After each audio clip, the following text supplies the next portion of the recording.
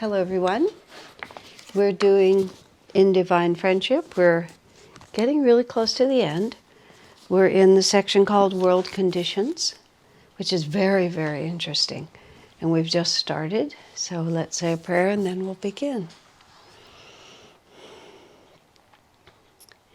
Heavenly Father, Divine Mother, Friend, Beloved God, Jesus Christ, Babaji Krishna, Lahiri Mahashaya, Swami Sri Yukteswar, Beloved Master, Paramhansa Yogananda, Saints of all religions, humbly we bow to you all. Help us to feel your presence, to know that we are always moving in your light, that everything we are doing is because of your will.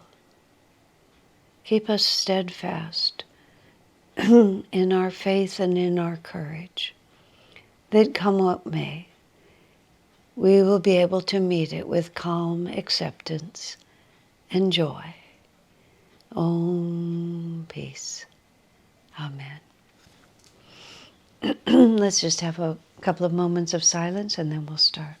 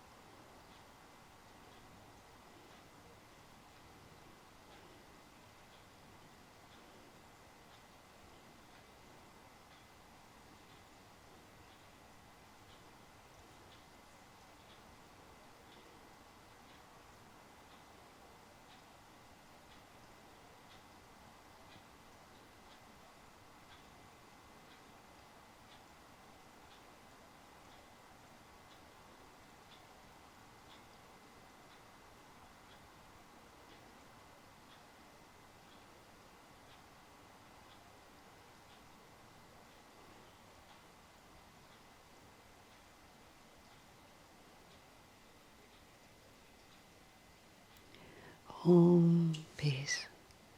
Amen.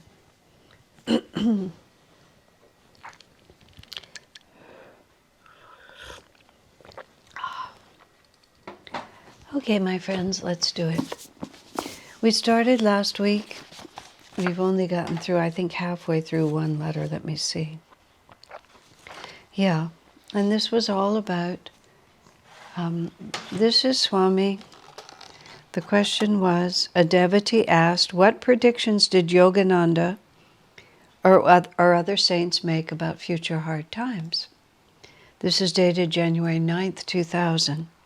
Swami, as I said last week, Swami spoke about Master's predictions for hard times from the first time I met him in 1969. It's always been part of his thinking, because in 1950, Master made it seem as if these things were going to be imminent.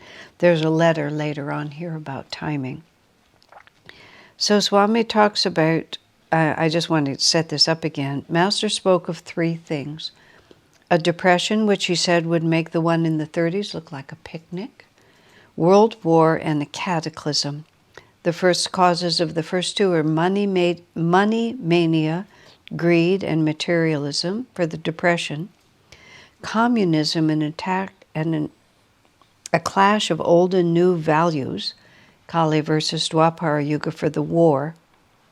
He didn't define or describe what the cataclysm would be, but it seemed obvious that it was world karma and not just America. So I'm going to go on because I did cover a few paragraphs of it, so we're about 2/3 of the way through. So we've talked about depression, we've talked about communism, and the communism is not the clash of political systems. Communism to Master was atheism, carried out on a political level.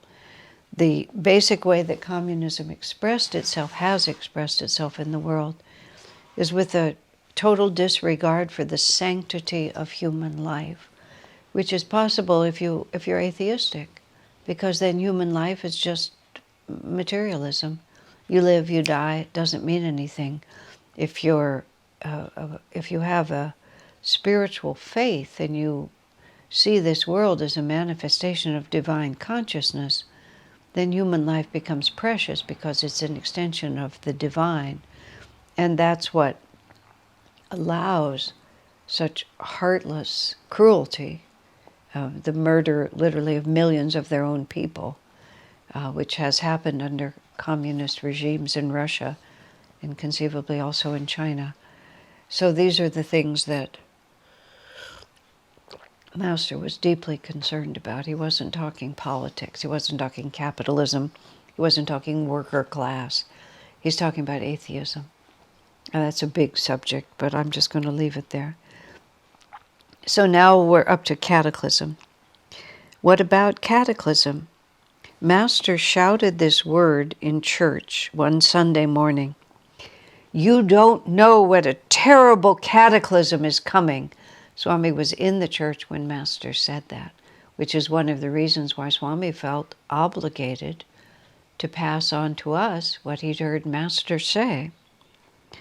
I've always thought cataclysms were natural, not man-made. Natural meaning that Mother Nature creates it rather than human beings. Economic systems create disbalance, inflated currencies create economic collapse. But cataclysms like earthquake or flood or fire or climate change, which is what we're looking at a lot of now, are Mother Nature's way of correcting imbalance. As Swami says in another place, Mother Nature is very slow to respond, but once she starts responding, there's very little man can do to affect it, to stop it, to change it. You don't know what a terrible cataclysm is coming. I always thought cataclysms were natural, not man-made. Therese Neumann suggested this one would be natural. Therese Neumann is described in Autobiography of a Yogi. She's the Bavarian woman in Europe who had repeating visions of Christ and bore on her body the marks of Christ's wounds. She also never ate or drank. She existed entirely on the grace of God. There's books written about her. She's a very interesting saint. Master went to visit her in 1935. Therese Neumann suggested this one would be natural. Master, during that lecture, was talking of the coming economic disaster. That was the context. But did he mean more? Could Master have meant cataclysm in terms of its overall effect on humanity? In the earlier part of this letter, he said Therese Neumann told an American soldier that economic collapse would come to America because of a breaking up of the land mass, which is the United States. So that's where Swami is saying to us here, Master was talking about economic depression, but in the context of economic collapse, he mentioned natural cataclysm. Is he confirming something of what Therese Neumann saw? Swami ends all these with a question mark. These are not declarations, these are question marks. Possibly. Or could he have meant, as I always used to think he did, something geologic and global, and therefore not exclusive to the karma of the United States, is what Swami meant by that. A book Vyasa recommended to me, Vyasa is the co-author with David Steinmetz. He's David Steinmetz, his English name, and Joseph Selby, Purushottam Vyasa we call them, wrote a book together called The Yugas, which is all about Kali Yuga and Dwapara, and includes a lot about earth changes and so on, past and future. A book Vyasa recommended to me when the earth nearly died, a long, exhaustively researched and fairly persuasive inquiry into something that seems to have nearly occurred around 2900 BC, which is 10,000 years ago, which puts it, up in Satya Yuga, the highest yuga, but on the downward side of Satya Yuga, describes what must certainly be called cataclysmic, because it is attributed to the near approach of a heavenly body from outside our solar system. Vyasa and Swamiji have had various conversations, and Vyasa really thinks about this a lot, because he's also an astronomer by trade, not an astrologer, but an astronomer. So he thinks a lot about heavenly bodies, and he's tried to think what could happen that could have a cataclysmic effect on the entire globe. And the planet colliding with some huge entity or some other force, huge body, coming into our solar system and corrupting the normal direction of things.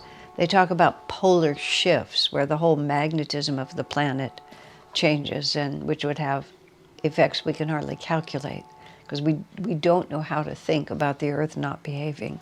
In 1989, which was now a long time ago, I was living in the same community where I'm living now, and there was a significant earthquake. And I was inside the downstairs of one of our wooden buildings when the earthquake started, and the building started swaying, which is a good thing because that keeps the building from collapsing. Brick buildings can't sway, so when they begin to tremble, they collapse.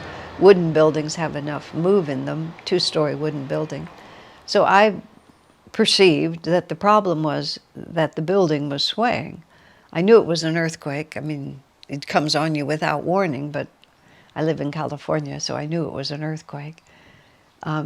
And the building started swaying, so my mind immediately told me I need to get out of this building. I wasn't thinking real.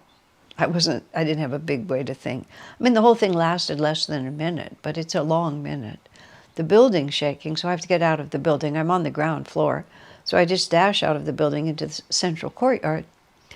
But the earth was undulating. And it's very hard to explain how, just like what is wrong with this picture just comes into your mind, but what comes into it is you don't know how to comprehend that the earth is undulating, because the earth doesn't undulate, and big trees don't, sway like this. It just doesn't happen, but there it was right in front of me happening.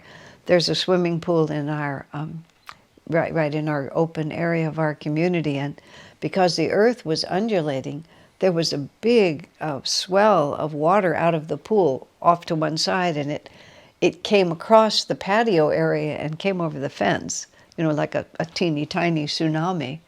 But once again, your rational brain just can't put into perspective that which you always depend on to be a certain way, that you don't even think about it, is suddenly totally not consistent with anything that you expect. And it was a very small experience for us. It just shook our place, but nothing serious happened. Our whole town, actually, it came up from the south, and because of the whatever's under our city, Mountain View, the shock wave actually separated and spared almost all of Mountain View and much of the peninsula, and then reunited before it got to San Francisco, and then shook San Francisco much harder.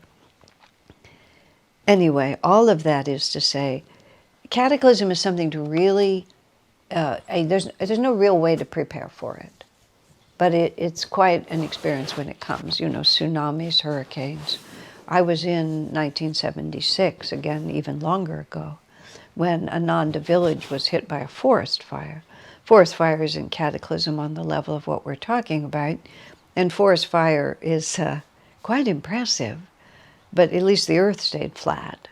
But nonetheless, when something that is so far beyond human agency just moves through and affects your world, spiritually speaking, it's very good. because it just wakes you up from this completely false idea that, that we're in charge and things are going to go the way we want them to go, and because we prefer things be a certain way, that God is going to listen to our little preferences. I mean, there's just 100 preconceptions that are based on absolutely nothing except habit. And it's good for us spiritually to be reminded that there's nothing in this world that we can really depend on.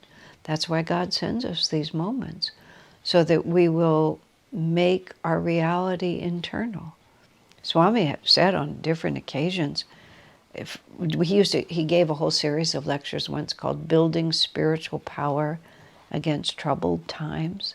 And the entire message of that was, please, please, please, anchor yourself in inner realities, because things are Master promised, predicted and promised, not as a positive promise, but the outer world is not going to be able to be relied upon in the way that you're used to. So please, Swami pleaded with us, open those pathways, make it a familiar road to your inner life, so that if your outer life is radically changed, even radically changed in a moment, that you will know what to do. You'll be trained within already, and it won't be at that moment that you'll be scrambling to establish yourself in with some other attitude. So that's why he was telling us all these things, hoping that we would be inspired to do it. We've seen something of that nature with the Schumacher-Levy comet, which hit Jupiter fairly recently. This is the year 2000. Considering the Earth's far smaller size, such an event would certainly be far more traumatic for Earth than it seems to have been for Jupiter. Such things are possible and seem to have happened more than once during the Earth's history. When we say, however, okay, what about this year? The answer, obviously, is that the likelihood is minimal. He says that because there's a lot of exploration going around. People can see things coming as a rule, which is an even more interesting scenario. What if we know it's coming? There was actually a very entertaining novel and instructive in its own way that I read decades ago. I don't know if it still exists. It was called, I believe it was called Jupiter's Hammer, or maybe it was called Lucifer's Hammer. Why would it be called Jupiter's Hammer? I think it might have been called Lucifer's Hammer. And it was about a giant meteor that was going to hit planet Earth. And it was just this scenario that the astronomers saw it coming, but there was nothing that could be done about it. And so at a certain time, this meteor was going to hit the Earth, and it was just going to disrupt everything. I read this book in the 70s, and I don't know when it was set in the story. So everybody had different ways of preparing. And what was so interesting, the book wasn't about karma, but the book was about karma. And it was like some of those people who prepared the most carefully were struck by circumstances, and all their preparation served for nothing. Others who, and to a certain extent it depended somewhat on your attitudes, but not entirely. Those who had good karma, who were just in the right place at the right time with the right attitude, things worked out a certain way. And then there was the surfers who were going to ride the last tsunami in.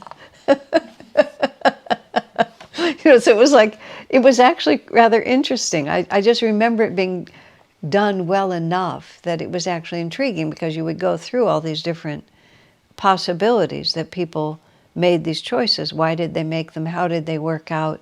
Which one worked out better? Which one didn't? What were the personalities and the feelings about the people? I don't know if the book would stand up to scrutiny, but it's an obvious, interesting theme. And the part of that one was everybody on Earth knew it was coming. So you also had your last days. What do you do during your last days? Before the world as you have always known it is going to shift. Because everyone wasn't annihilated. It was just extraordinarily disruptive. God knows these days with movies, they're doing it all the time, but most of the time in the movies people just scream. They just run around and scream. I mean, this was a novel, so it was much more thoughtful. There was much more character development, less screaming. So we'll see. Still, here we are at the beginning of a new yuga. Another question: what was a cataclysm like that last one?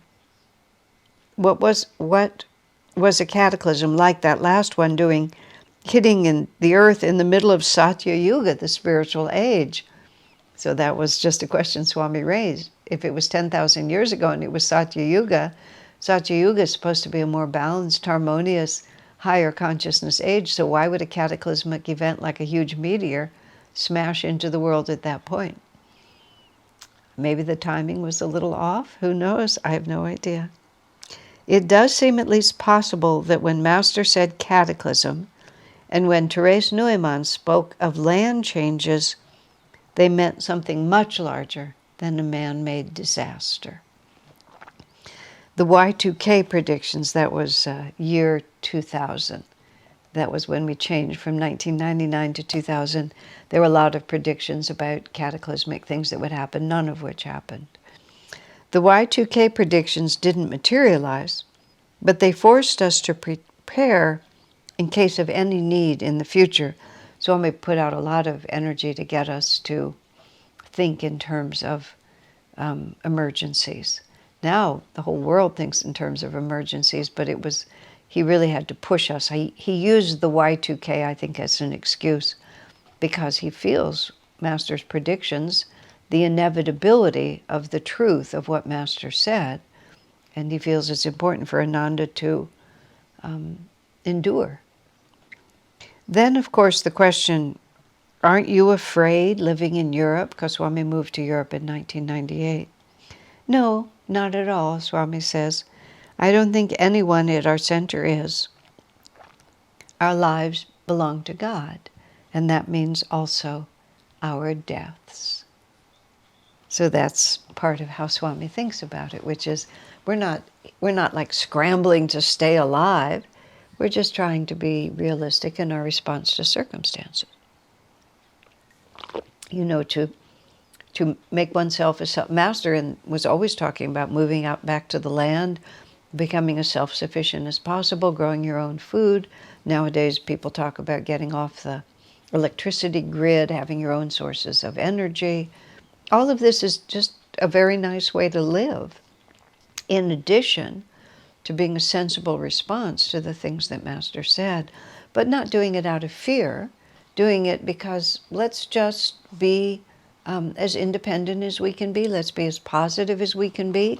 Let's be as proactive as we can be. Let's not be just frittering our time, dancing in the sun when we could be laying a solid foundation for a future. And if it's not just ourselves that we'll wish to take care of, but everyone else that we can take care of.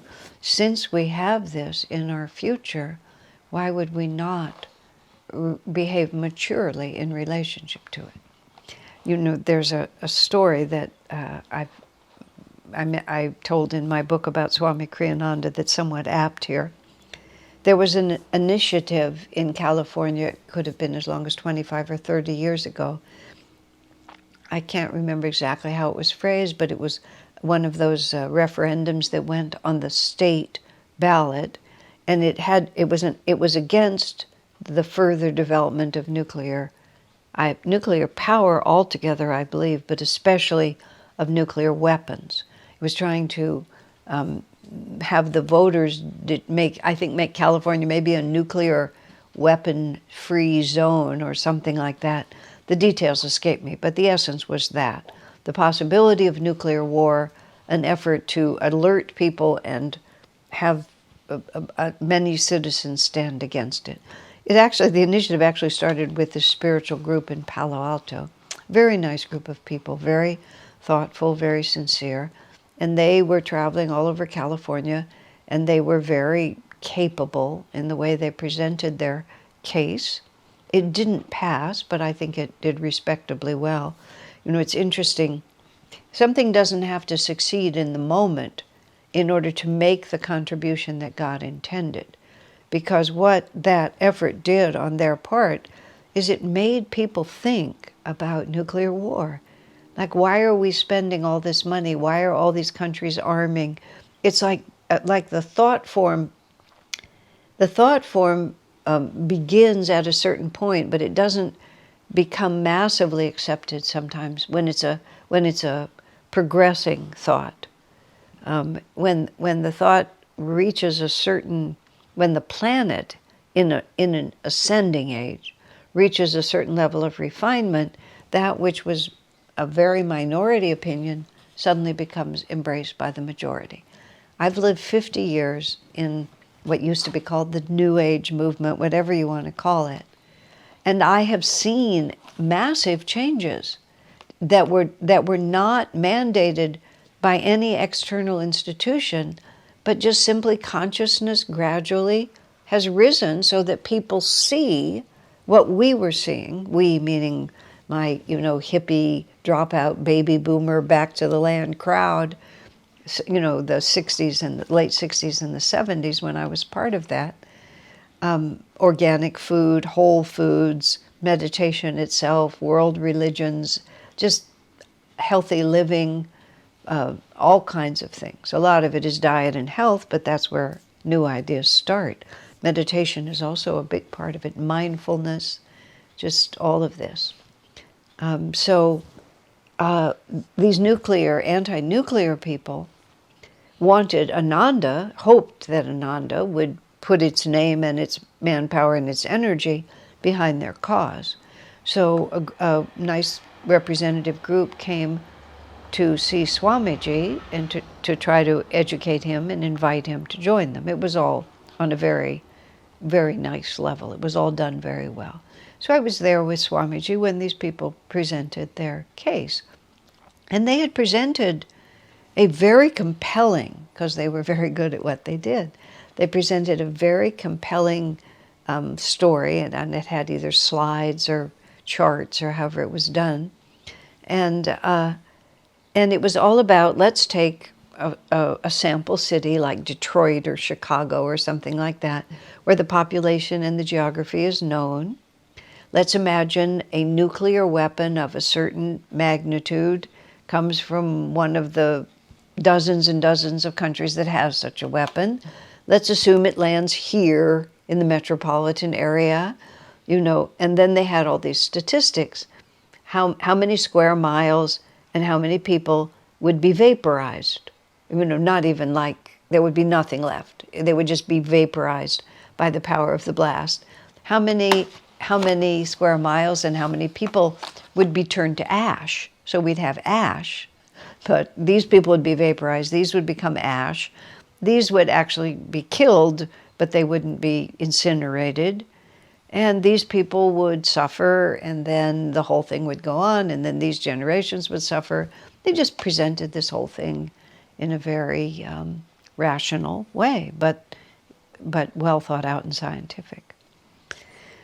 So after it was done, Swami, first of all, he commended them for their volunteer work, for the idealism and the concern for the future of the planet, which was motivating them. He gave them all that credit first. And then he said, when your goal is peace, he said, fear is not a very good tactic, because it is fear itself that causes war, fear that causes disharmony, fear that disrupts everything. So Swami said that he, first of all, then he said, and this is the part I loved, he said this first. He said, 100 years from now, he said, almost no one inhabiting the planet will still be on the planet. So whether we dribble off over the next century or all go to the astral world at the same time, he said, once we're in the astral world, it won't make a whit of difference.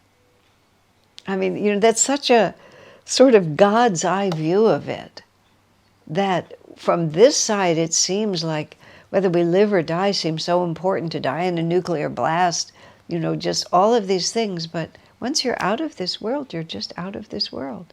And death is going to come to all of us. So just this, like, We can build up this huge fear of dying this way, but that just means we die another way. We're not really dealing with the central fear of death, which is really the fear, and lack of faith in karma and all sorts of other things, changing consciousness so that we can approach the whole reality fearlessly. That's why Swami said, when your goal is peace, fear is not a good tactic.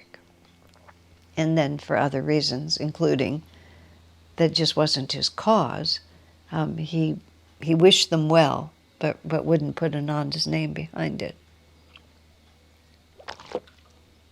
So what I'm saying is, Swami's not afraid, and he hasn't encouraged any of us to be afraid. He's just said, Master said this was coming, and if we can prepare ourselves, if we can have the things that you would have. You have a certain number of, essential goods available to you, if possible. I mean, living at Ananda village or living in any community situation, especially where if you own your own land and can develop it, develop your own water source, develop your own power source, then not only is it possible that you will survive, but you will be in a strong position to help others. That's, of course, the most important thing, to be in a strong position to help others. In the concept of nuclear war, Swami said, it's not those who die. Those who die will be free. He said those who are left behind, that will be hard. And so if any of our communities are going to be left behind, it would be nice to be able to be of service, because one has thought about this in advance. So that's Swami's thinking there.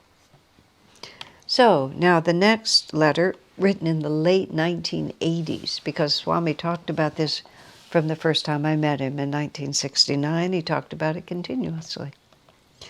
The timing of Yogananda's predictions, because of course that's what you want to know. Is it tomorrow? Do I have a week to get ready? Do I have the next 15 years? Swami's been expecting it since 1972. So here he's talking about the timing of Yogananda's predictions. Swami says, I found that, in the matter of timing, the prophecies even of masters seems to be qualified in their accuracy. But Swami, I love the way Swami says things. Qualified in their accuracy. He could have said so simply, I find that the masters don't know what they're talking about, or they're usually wrong. He says, I find them to be qualified in their accuracy. He's very respectful. I mean, Swami's not going to ever say about anything that Master does. He's not going to take a cheap shot at it. He's not going to make a bad joke. He's not going to say anything insulting, like making fun of it. Even if it's funny, he's not going to do it. Qualified in their accuracy, he says. On the other hand, we've no way of knowing from what depth of intuitive perception they were speaking. From an absolute level, one assumes they are infallible. There are other levels, however. I would think that, normally speaking, the masters address directions of karmic flow more than the timing involved in the working out of the karmic law. That's a very interesting point. The masters address the direction of the karmic flow rather than an exact statement of how that karma is going to work out. Master saw the rise of a powerful atheistic philosophy in communism that was taking hold of people's imaginations and was getting enormous amount of power in the world. So he saw that, and he saw that the inevitable result of that would not be good. He saw money, mania, and greed, and excessive materialism taking hold of people's consciousness. And he knew that was not divinely elevating, and that there would be inevitable results of that. He saw a disregard for the laws of nature to feed that money mania, and a disregard of the laws of nature, which is also a result of atheism, where what does it matter? We can do anything we want. There's no higher power governing, and he knows that nature will not be mocked. And so he sees these forces building in our country and in the world. And the thing about it is you can't, it's a pendulum. This planet is a pendulum. It's a world of duality. This level of reality is a world of duality. You can't just push it to one side and just keep on pushing it and think there will never be any consequences. It will inevitably swing back. I mean, this is something we all have to come to grips with in our lives. You know, a lot of traditional values and traditional morality may have become hypocritically embedded in fallible institutions. And so we want to kick aside the traces of those fallible institutions who were just trying to control us with guilt and things like that. But that doesn't mean there's no consequences to our actions. It may be that those institutions or whatever they were misguided in their use of power, but that doesn't mean that there are no karmic consequences to our actions. If we overindulge in sensuality, sexuality, food, drink, drugs, whatever it might be, it has consequences. Just as simple as that. A friend of mine who had a very long, difficult bout with alcoholism, and by the grace of God, and he's quick to say by the grace of God alone, he was freed from it dramatically by Swami's intervention, or so it seemed to him. But later in his life, he had a bad disease, and he was magnificent in the way he accepted it. And essentially he said, I poisoned my body every day for, 2.5 decades. He said, did I think it would never catch up with me? And he accepted it as the inevitable karma of his own actions. But as a young person just rollicking and, you just, using alcohol as an example, you just poison your body every day with alcohol and think, I'll never catch up with me. We become self-indulgent and over-sensual and just do things that the body's not intended to do and the mind and heart aren't elevated by, and we just think we'll just keep doing it and nothing will ever happen to us, and then we're so shocked when it comes time. I became extremely interested in physical health when I was 18, pretty much as soon as I was really on my own. I just began to think about, hydration and nutrition and vegetarianism and fresh air and, to an extent, exercise. That came a little bit later, but also exercise, just clean, healthy living. And I took to it almost effortlessly. It just, people had to work to discipline their appetites for sweets or red meat or whatever it was. And it just wasn't hard at all for me. I just did it. And I've lived that way continuously ever since. And I've always thought of myself as having an inclination toward health. And then not very long ago, it crossed my mind, oh my gosh, I've undoubtedly been really sick in past lives. I've just suffered from ill health, so that as soon as I was able to think about it, I immediately knew that I had to take care of the physical vehicle. And there was never any thought in my mind that I could be careless with it. I mean, really strongly. It's like if I get slightly dehydrated, I'm less neurotic than I was, but I would become slightly dehydrated and I would feel this immediate need, to do the right thing. And of course, how do you become so highly motivated? From suffering. That's how we become highly motivated about things, from suffering. So, oh, yeah, that's right. It's not that I've always been healthy, it's that I haven't been healthy. And so Master looks at the karmic trends. He just sees the way things are going. And now in the 1920s, we see the way things are going. And, how much people drink and how much money people spend and the economic inequality and Swami always talks about the music, just the loss of melody, and melody represents aspiration. Just literally, modern music has no melody. It's extremely rare when there's a melody at all, what to speak of a beautiful melody.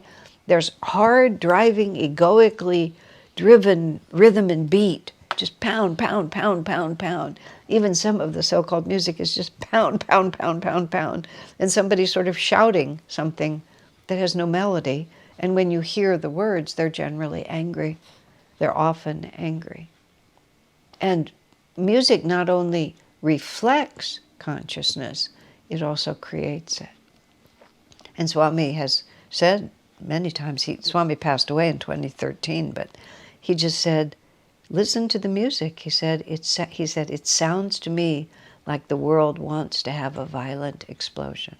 That what is the consciousness that we create?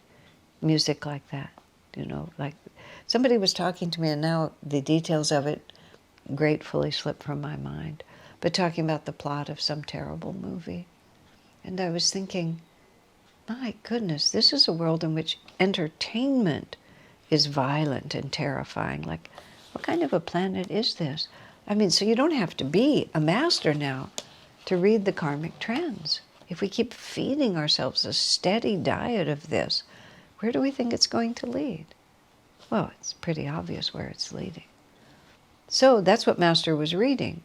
As to when, it's a little hard to say, isn't it? Because simultaneously, and I want to be cheerful, simultaneously there's this enormous light wave coming up. Enormous light wave coming up. It's just polarizing. But the Masters say, that it's not going to shift without violence. So we shall see. Some of us, and some of us will see from the astral world if we are still interested. Who's to say? One of Mother Mary in Medjugorje said that already one of 10 destined cataclysms has been mitigated by people's devotion to God. So we'll see. Okay, let's see where we are.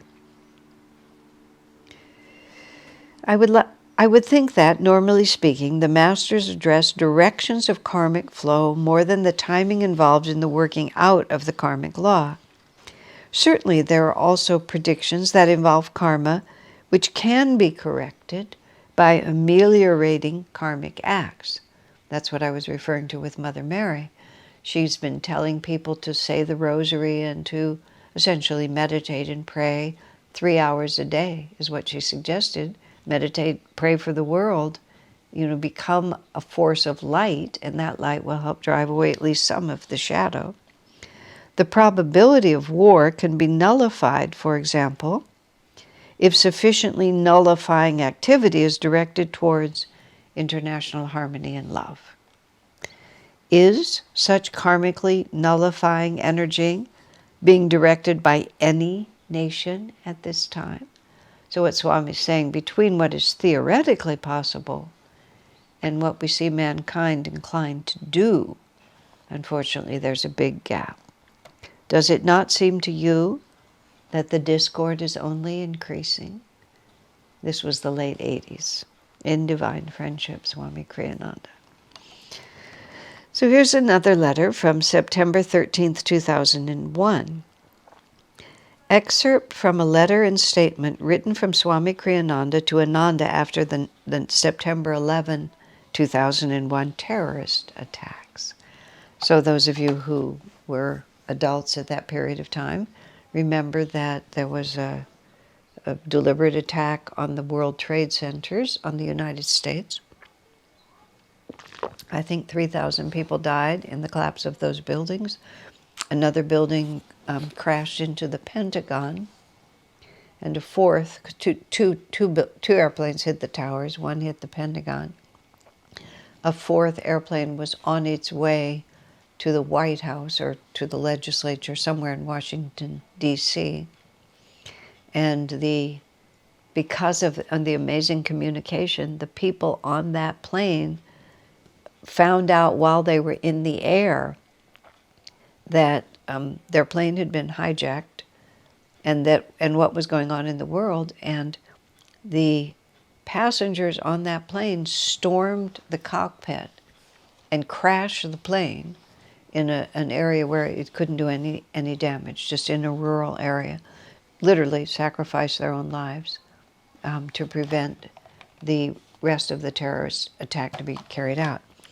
It was a pretty stunning experience for America because the USA is not usually attacked on its own soil. I think Pearl Harbor was the last time it happened, which was whatever, 1942, 43. It's interesting. At that time, there was actual television accessible through the house I'm living in now.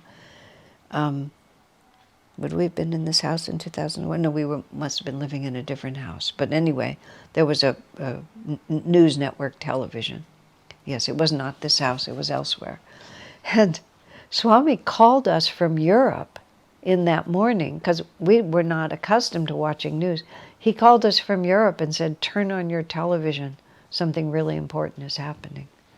So like he knew it, told us, we turned on the television and then saw what was going on. Because that was always just ironic to me that that's how we learned about it. He was living in Italy then. So now Swami issued a statement in regard to this, and you'll see there's certain issues that he was speaking about.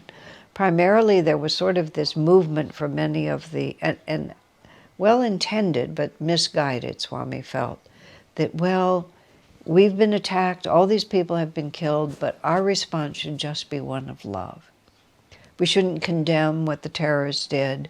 We should just love them. We should just love them regardless. Swami thought that was very naive and responded strongly to that point of view. The tragedy in New York and Washington, D.C. was, and of course still is, appalling. I only hope it has affected none of you personally through friends and relatives. That it affects all of us in some way is, however, inevitable. I am proud of America for talking more of prevention of future terrorist disasters than of revenge. So it wasn't like, you've smashed us, now we'll smash you. This is on September 13th. Of course, further actions were taken by the government later, but on the 13th we're talking more about prevention than revenge. For whereas I agree with those who have said we must take preventive measures, any desire for revenge would be motivated by hatred.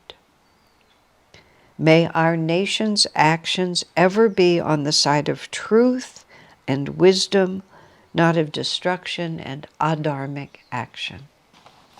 So that's an important point.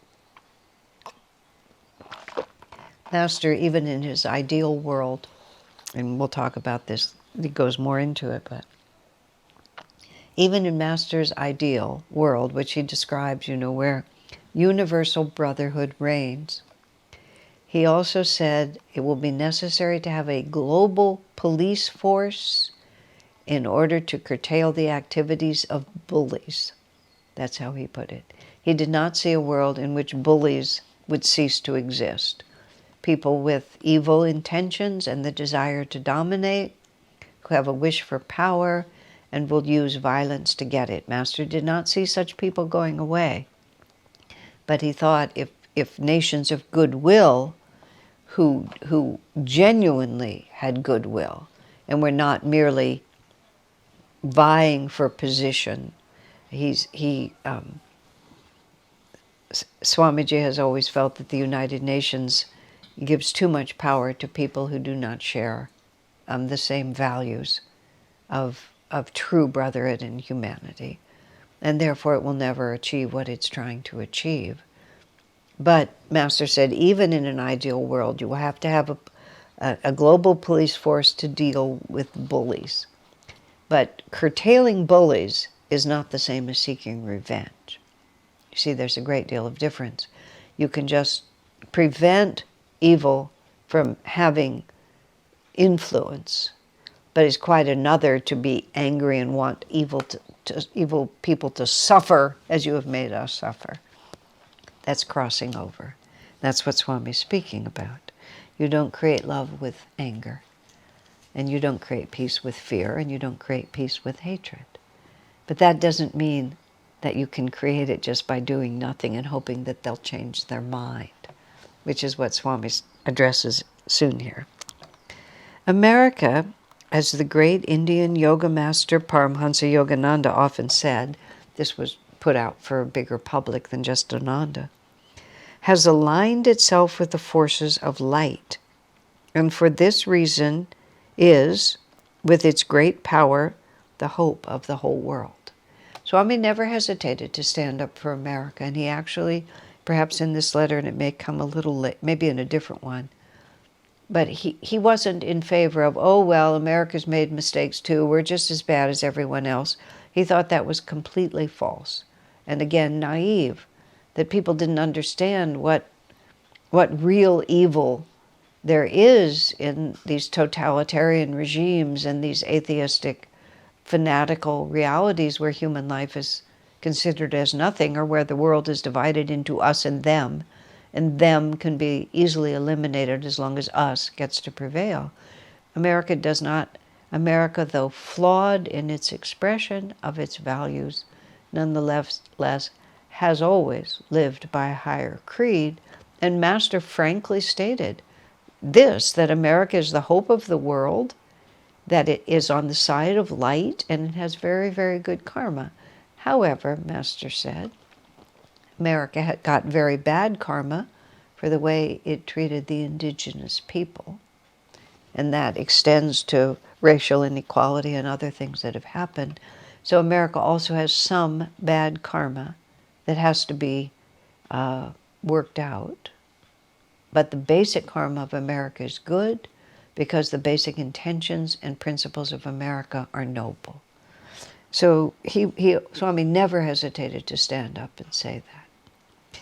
May this country never forsake this divine true role by embracing material greed and forgetting God, because we're also in danger.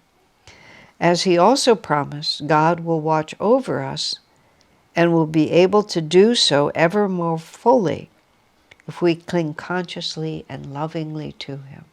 These are very strong, unequivocal statements that Swami is making. And it was how he felt, and he felt he was holding up Master's point of view. God will protect us if we cling to God. He didn't mean if we, in a sectarian, bigoted, dogmatic way, insist that we are God's children and we have the way. He meant true divine communion. The arrogance in the photos shown of bin Laden and the glee of people dancing and laughing in the streets in a victory mood is despicable. He was talking about after the attacks were carried out in the world, certain parts of the world, they were celebrating that all these innocent people had been slaughtered. Swami thought that was despicable. Never have Americans wanted, what to speak of rejoiced, in the suffering of their enemies. Rather, we've stooped to help the very enemies who first attacked us after we'd won the wars they themselves launched against us. Swamiji often commented about that it's unprecedented in history for a country to put out, like America has over the years, so much energy and money and support to rebuild countries that have been destroyed by war, who were our enemies and the aggressor. So especially true after World War II. These hijackings are manifestations of satanic consciousness. I see no point in pretending spiritual love by showing tolerance for them. Evil is not tolerant of good. Good cannot excuse evil in the name of spirituality. That's how he puts it. You know, evil doesn't tolerate good, it tries to obliterate it. And good cannot excuse evil and saying, oh, well, we're too spiritual to condemn you. You know, you had a perfect right to hijack the planes and kill all our people, because after all, Swami just felt that was just muddy thinking. The one clear thing is that weakness in the face of evil simply extends a clear invitation to evil to be even more evil. Thus, action of some kind is unavoidable. Let us pray that it be the right action. It's because, now they start talking about whatever else the country was going to do. You have to put into your thinking here first the Bhagavad-Gita, which is all about Arjuna trying to say to Krishna that it's not spiritual for me to go to this war. After all, these are my cousins. I love them. Why would I go to war with them? And he sort of explains all this to Krishna, trying to persuade Krishna that they should just not have this fight. If you've read the whole Mahabharata up to the point of where the Gita happens, the Gita is just a chapter in the bigger epic of the Mahabharata, you have watched the Pandavas, of which Arjuna is one of the Pandava brothers. You have watched these brothers in every possible way try to compromise with their greedy cousins who want complete control over the kingdom. They're willing to just accept almost nothing, to concede everything. And their cousins absolutely insist that there's going to be a war, that they want everything like this. So for Arjuna, on the eve of battle, when all his brothers are depending on him and the whole side of righteousness depends on him, he represents the third chakra, which is self-will, the power of willpower. This is both an historical story and an allegorical one. An historical event was taken and made into an allegory as well. Arjuna suddenly is not going to fight because it's not spiritual to fight. It would be much more spiritual just to go away and accept this, wouldn't it, Krishna? And Krishna says, in so many words, you've got clever words, Arjuna, but your actual words are foolish, stupid, cowardly. And if you fail to fight this, your name will be mud forever, for generations to come. People will not praise the hero Arjuna, they'll mock the coward. Now, I'm exaggerating how Krishna said it, it's much more elegant, but that's really what he says. And Arjuna says, whoa, Krishna, tell me what I'm missing. What am I misunderstanding here? So you start with the Gita right there, where Krishna says it's a righteous war. You have to fight. Evil is on the ascendant. Good must stand up to it. Swami writes it. He says, good cannot excuse evil in the name of spirituality.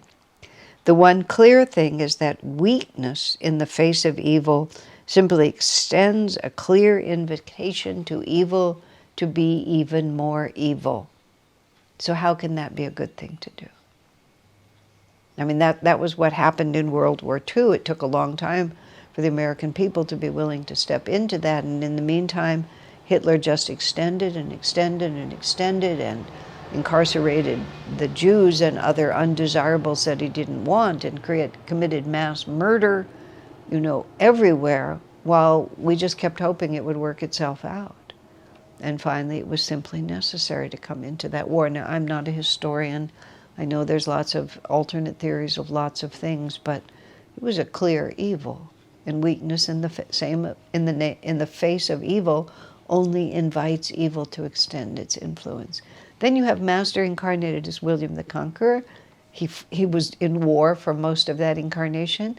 Master incarnated as Ferdinand III in Spain, in which he drove the Moors off of that peninsula and restored the Catholic faith in that area, which was what Master felt was the right and proper reality for that time and that place. 26 years Master was at war in that lifetime, continuously. And he praised the disciples at Mount Washington. Norman Paulson was a great big man, and Master says he was my giant. He fought hard for me.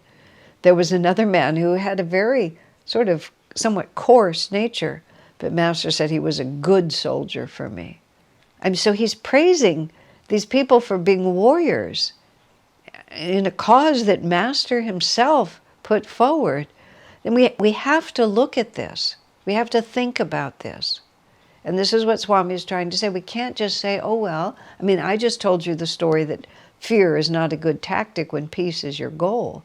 And Swami says revenge and hatred is not dharmic, but to do nothing when there is a spreading evil is also not honorable. So complicated. And of course, not all of us have a duty to be soldiers. We fight in other ways. I feel that my lifetime of effort, which will continue to the end of my life, to teach people to meditate and to love God, I'm fighting the war. I'm standing up to evil in my own way. I would be useless with a gun in my hand. I would probably not even be able to lift it now, unless, it came to me, but I don't think that's my destiny. But there are people for whom it is their destiny. It is right for them to stand up to evil with that kind of force. At least that's what I believe. I mean, there will come a day when the planet, the global consciousness will have evolved to the point that war will be behind us. But that's not, we are moving into Dwapara Yuga. Apparently war continues all the way through Treta Yuga. That is really, like, when I really read that, I read it in Purushottama's book, it's like, wow, it's a long time before this it's just not a very, it's not a very high planet. And for some reason we came here. I mean, there are worlds that are much more refined than this one. This just doesn't happen to be one of them. We felt it was a good idea to incarnate here.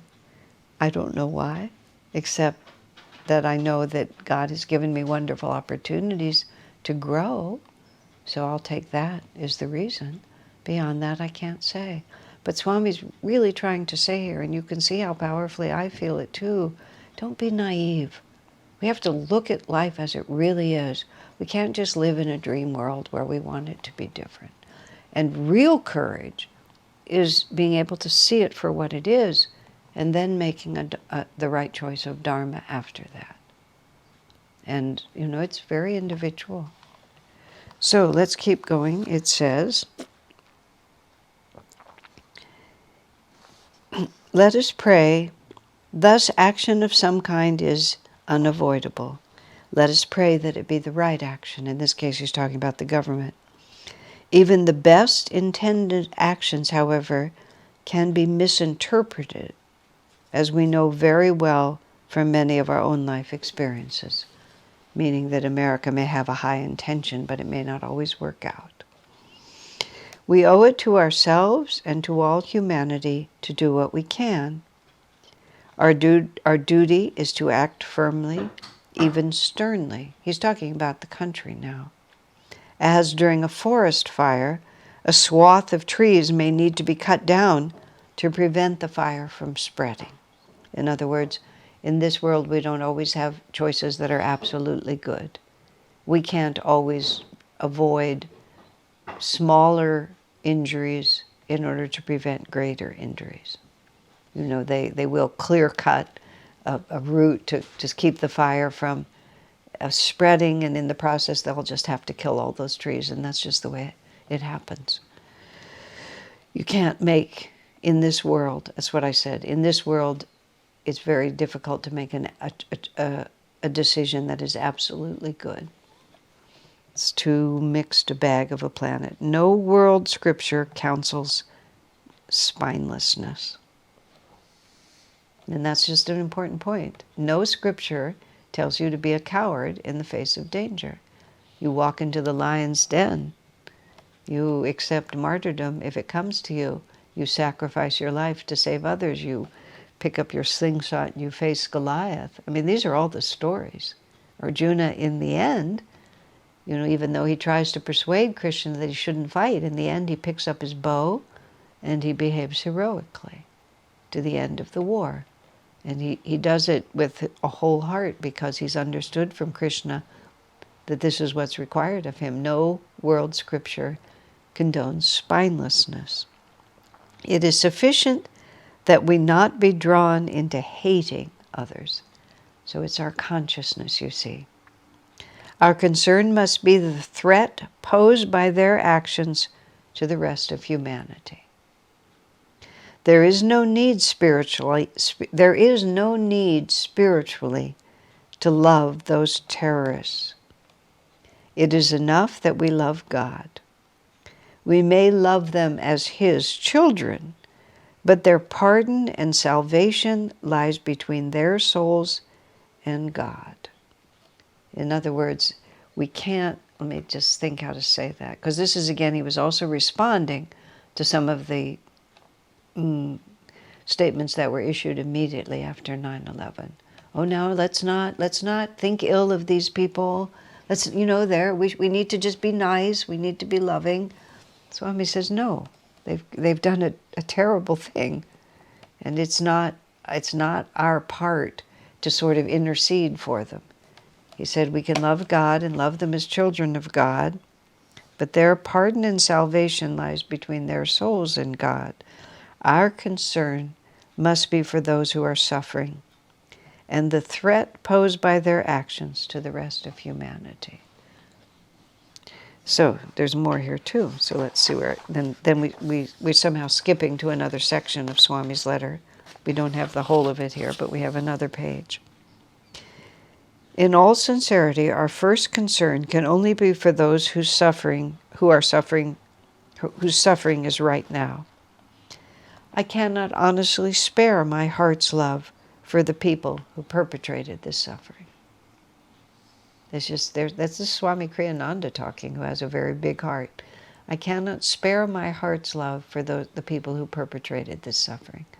Deliberate pain has been inflicted on innocent people. This was not a combat. Of course, we don't have face-to-face combat anymore. We don't even send pilots over. We send drones over to drop bombs. So we're just, we're moving into really dark, uncharted territory here. But, he said that I'm not going to sit around loving the perpetrators. I'm going to use my prayers for those who are their victims. Nor can I love them for the hatred and anger by which they define themselves. So once again, he calls it clearly. These people were out to destroy our civilization, our way of life. They consider us satanic. They're trying to wipe us off the globe. He said, we have to just say what it is. They define themselves by this hatred. Yes, I love their souls, but I must leave their salvation to God. This is the same statement. It's not up to me to love them into salvation. They're beyond me. They've chosen a certain path, and they're going to have to work it out with God. It's not my part to win them back to the light. Within my own limited scope of feeling, my love must go primarily to those who are now suffering. It's a subtle point, but it's worth really considering. Surely, in an abstract sense, I can love those enemies also, but they have invited God's retribution for their crime. And Swami calls it a crime, and he speaks of God's retribution. They've hated, they've worked hard, they've destroyed innocent people, just people who had done nothing to them, except they hate them because they represent something that they think is evil. So we didn't go out to destroy them, they came to destroy us. So now they have to face the karma of what they've done. They have lessons to learn if they are ever to become receptive to God's grace. Well, I've no desire to see them suffer. I leave the state of their souls to God. My present energy is for those whom they have made to suffer. Swami says the same thing 3 different times here to get the point across. We as human beings owe it to our nation and to humanity to try, not in anger or hatred, but most assuredly with sternness, to prevent such evils from ever being perpetrated again. This is where Master said, even in a global society, there have to be policemen. We can't let bullies just make plans like this and then strike out. We have to act sternly to prevent it. We don't have to hate them, but we have to do it. There can be no wrong spiritually in using punitive force to whatever extent is necessary to forestall a repetition of Tuesday's tragedy. We cannot simply refrain from acting with the excuse that God wants us to love. This is again where he gets very practical. This, under the circumstances, would be a non-response and would be a proof of spineless cowardice. there it is. It just, wow. This was very controversial when Swami published this.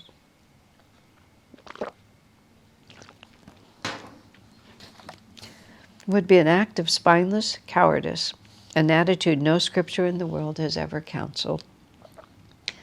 The important thing is not to be drawn into reflecting others' negative emotions. So one can do this very, very impersonally. And that's what Krishna, when Krishna is answering Arjuna, Arjuna is talking about, these are my cousins, this is my grandfather, these are the people I grew up with. How could I find any happiness in the world if I wipe them off the planet? Krishna says, you see their bodies fall, I see their souls rise. And so he starts by saying, you're totally exaggerating even the act of killing your enemy. You just think they die. They don't die at all. They just go from that into their next reality. They move forward as they are meant to move forward. So we need to be quite impersonal about it. And so, I mean, I've had to think about this a lot. As Master, as William the Conqueror, and as Alfonso Ferdinand III, and I've read biographies of both of those men, plus Catherine Kairavi's book, Two Souls, Four Lives, which is about William and his son Henry, who were Yogananda and Kriyananda in this life. Ferdinand III isn't in that book, but Ferdinando III was the king of Spain, and his son was Alfonso X, and it was the same Yogananda-Kriyananda pair. Because Yogananda was a fully self-realized master, and he came in to do war, because war was what you had to do at that time to get things done. It was just, he was, the 1011, I think, or the 10th. What do you say? If it's the 10th, if it's the year 1000, it's the 11th century. I always get that confused, but that 1066, that's when it was, when the Battle of Hastings was, when William came across from France and began taking over England. There's a great deal that can be said about it that is in Two Souls, Four Lives. It's very interesting. And then his work again as the King of Spain. It's like he was Master didn't hate anybody. He didn't wish anyone ill, but he picked up the mantle of a warrior. He picked up the weapon of a warrior. And he was a fully self-realized being. He was an avatar. And he picked up a weapon and he killed people. And he encouraged all the men who were with him to kill people. And those men were his disciples. Swami Kriyananda has been Master's disciple. Master had the role of a king, but he was still the guru. He was still the avatar. And he waded into the world and killed people. Wow. It's just, Swami himself said, when he heard Master say that he'd been William the Conqueror, Swami was raised also in Romania in an Anglo-English colony, which was the oil field where his father, as a geologist, was stationed. It was Standard Oil at that time, and there were people from England and from America just sort of living in this enclave. They interacted a lot with the country of Romania where they lived, but because of the language and because of the temporary nature of their assignment, all of the children were educated to go back either to England or America. So Swami was educated, as it were, in an English system. And so William was very well known in English history, but he was the enemy of England, is how Swami learned it. And when he learned that this conqueror was actually his own guru, Swami just said he didn't know for a long time really how to think about it, because it just turned everything on its head. But I just have the difficulty from him being a warrior. I'm a female person. I don't think I've been a warrior, that kind of warrior, very often. I don't have much of a feeling for that kind of battle. And I would have just, I would call it spiritual immaturity, just assumed that anybody who went to battle couldn't possibly be spiritual. And yet there we have it. So you have to stand back and see the world from quite a different angle, and not just, spiritual immaturity is the word, not just live in a dream world about how we want it to be. This is related, but this woman who became quite ill with cancer, eventually she died of cancer, but she quite outlived the doctor's expectations. And because she had very advanced cancer, the allopathic, the traditional medical methods, the mainstream medical methods were a little draconian for her. And so she sort of decided early in her diagnosis that she would heal herself by natural means, which of course is, in theory, quite possible.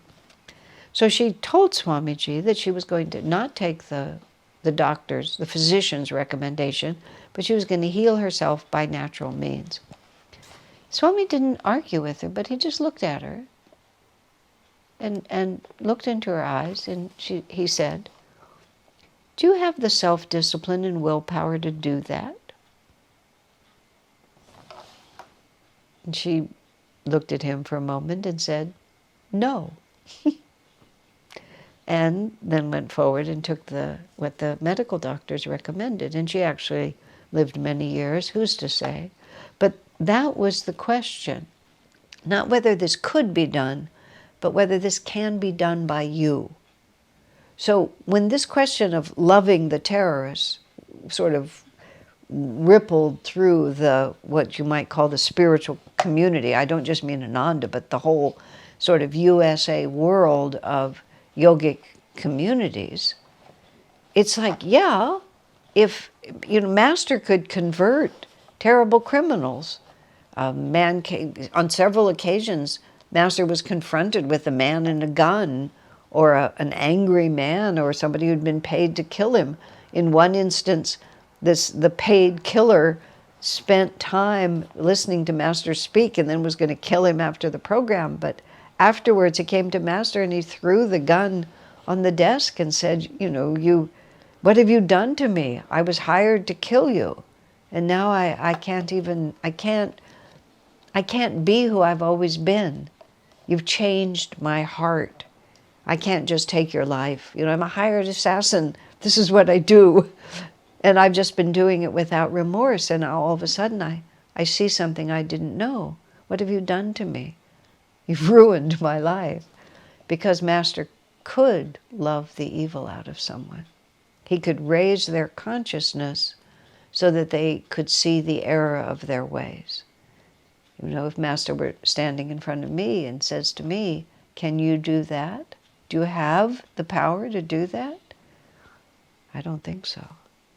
And so that's what we're dealing with. We're not dealing with what's theoretically possible. We're dealing with the reality of whether we can actually generate more power for love than those people are generating for evil. And even the other reason that Swami didn't put his mind on it, it wouldn't have touched him. But sometimes you put your mind in it, you get drawn into it, rather than actually transcending it or transforming it. You get pulled down by it.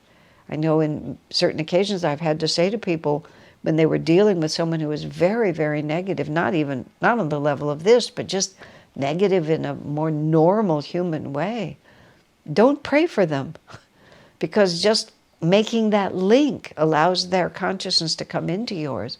Just hand them to Divine Mother and tell Divine Mother, I don't wish them ill, but I'm not even going to pray for them. It's your problem. And that's what Swami is saying here. It's like, we can't really change them. We're not going to be able to change them. We don't have enough power to change them. I can't spare it, is how Swami puts it. But God knows we don't wish them ill. We want them changed, but God is going to have to change them. And just let it be understood. You see? It's very, very important. It's very important because when we're really pressed, we have to have the courage to see things as they actually are. And any part of us that tends to want to sugarcoat it so it's more comfortable, it's a weakness that has to be overcome. It's not that we have to pick up a sword or a gun, but we have to be unafraid of what is. And that's what Swami's urging on us. So, what then do I pray for? I pray for myself, that I become a clear channel of God's grace. My prayer goes to my fellow human beings too, that as many be strengthened as I can reach in that divine light. So what Swami is saying is that he wants to be able to be an instrument of God. He wants to give light, as much light as he can possibly give. But he also wants to spend it where it will be well received and where it will have the most positive effect. He doesn't want to throw it against a closed door, a closed heart that simply doesn't have the karma to receive it. An ocean consists of countless little drops of water. If each of us, like those drops, offers himself and herself up to God, praying, Lord, use me as you will. Give me the strength to channel your kindness and love to all, impersonally, not with personal pride or desire. I think we will have done the most we can possibly do. See, sometimes again, our desire to have these terrorists converted is only a little bit about loving them. It's much more about being afraid of them. And that's really important, because this gets into a whole other issue, but I will touch it here. The Vaishya, they're four castes, and they're progressive in their understanding of divine law. The second caste is Vaishya, which is the merchant caste. And in the second caste, which is a stage of spiritual development, which is why I'm saying it, we make ourselves safe by controlling the world around us. We progress from the Vaishya stage when we realize that we can't control the world around us, and we suffer. Even though we try hard to control it, we don't succeed, we suffer. And then we progress to the Kshatriya stage. And in the Kshatriya stage, we understand that we suffer because we can't control our own state of consciousness. And we begin to try to develop the control over our own consciousness. So we can say, that we're really going to love the terrorists. But what we're really saying is we're terrified, of what they've done, and we're terrified of escalating violence. Everything about this frightens me, so I'm just going to love them. But it's really an attempt to control the world around us rather than an actual understanding of the nature of the plane of existence we're living on. So he says, give me the strength to channel your kindness and love to all impersonally, not with personal pride or desire, that I need a certain outcome here. I think we will all have done the most we can possibly do. Thus only may we help most greatly our poor belabored earth, beset as it is by hatred and ignorance. If we understand that by loving it is God's love we express, He will surely flow through any barrier we erect of ego and self-interest and uplift significantly the consciousness of the world. Swami is by no means saying there's nothing we can do, but he suggests that we direct our energy toward our attunement with God rather than our efforts to make this person different. And that's a huge difference. One raindrop adds but a little moisture to the earth. Once, however, it unites with enough other raindrops, they become a mighty torrent of water flowing down to the sea. So also by uniting our energy and directing it toward the ocean of divine consciousness, we can participate in the great drama that is being waged between the forces of light and darkness. So what Swami is saying, yes, there is a battle going on, and it's a battle of light and darkness. And what we have to do is we have to open ourselves ever more profoundly to being an instrument of God's light. That's where the power comes from. That's why Mother Mary of Medjugorje says, do the rosary, pray, pray to God, try to be close to God, do things that make you feel close to God. And in that way we've changed already the karma of the planet. Because the power of light drives away the darkness. But this is how to increase the light. What should we pray for?